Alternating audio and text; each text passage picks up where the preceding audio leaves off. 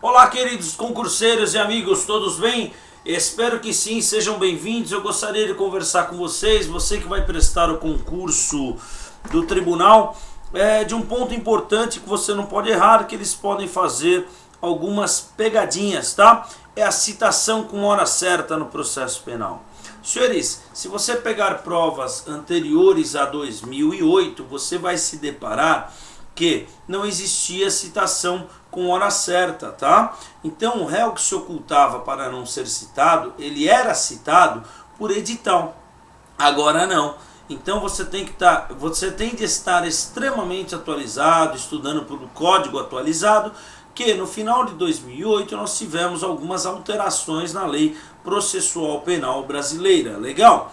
Então, senhores, a citação com hora certa está prevista no artigo 362 do Código de Processo Penal. Beleza? Quando que é realizada a citação com hora certa? Quando o réu se oculta para não ser citado. Veja bem, ele está em lugar certo e sabido, mas quando o oficial de justiça vai ao local, não o encontra. Por quê? Porque ele se oculta para não ser citado. Ele pula o muro, tudo certo? Ele pula a janela, ele está se evadindo do oficial de justiça. Então, como é que o oficial de justiça ele cita com hora certa? A lei processual penal brasileira diz o seguinte, ó: verificando que o réu se oculta para não ser citado, o oficial certificará a ocorrência e procederá à citação com hora certa na forma estabelecida nos artigos 227 a 229 do Código de Processo Civil. Então veja bem, 227, 228 e 229 do Código de Processo Civil. Aí você tem de estudar o Código de Processo Civil. O que diz o Código de Processo Civil? Senhores, o oficial de justiça ele vai por 3 vezes ao local. Legal? 3 vezes ao local.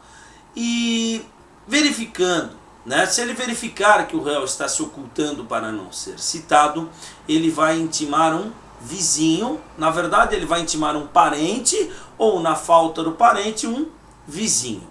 E ele vai informar que no dia seguinte, independe de nova autorização judicial, independe de autorização, tá? No dia seguinte, com hora marcada, ou seja, na 4ª vez, legal?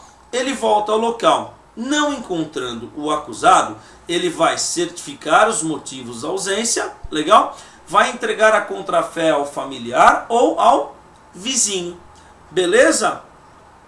E seguinte, basta? Não, ele vai fazer a certidão e entregar para o funcionário do cartório. E o que o funcionário deve fazer? Encaminhar carta, telegrama ou radiograma, dando-lhe de tudo ciência. Cuidado com isso, pessoal, por quê? Vigora o princípio da legalidade dos atos processuais. Se o código fala para você observar 227, 228 e 229, você deve observar. Então, o 229 fala, dando-lhe de tudo ciência, ou seja, tem de encaminhar carta, telegrama ou radiograma. Vamos fazer a leitura? Senhores, olha o que diz o Código de Processo Civil. Código de Processo Civil. Quando por 3 vezes o oficial de justiça houver procurado o réu em domicílio ou residência sem o encontrar, deverá, havendo suspeita de ocultação, intimar a qualquer pessoa da família ou em sua falta, qualquer vizinho, que no dia imediato voltará a fim de efetuar a citação na hora que designar, ou seja, no 4º dia, beleza? No dia e hora designados, o oficial de justiça, independente do novo despacho, comparecerá ao domicílio ou residência do citando, a fim de realizar a diligência. Se o citando não estiver presente, o oficial de justiça procurará informar os motivos, as razões da ausência, dando por feita a citação, ainda que o citando se tenha ocultado em outra comarca. Da certidão da ocorrência, o oficial de justiça deixará contrafé com pessoa da família ou qualquer vizinho, conforme o caso, declarando-lhe o nome. 229.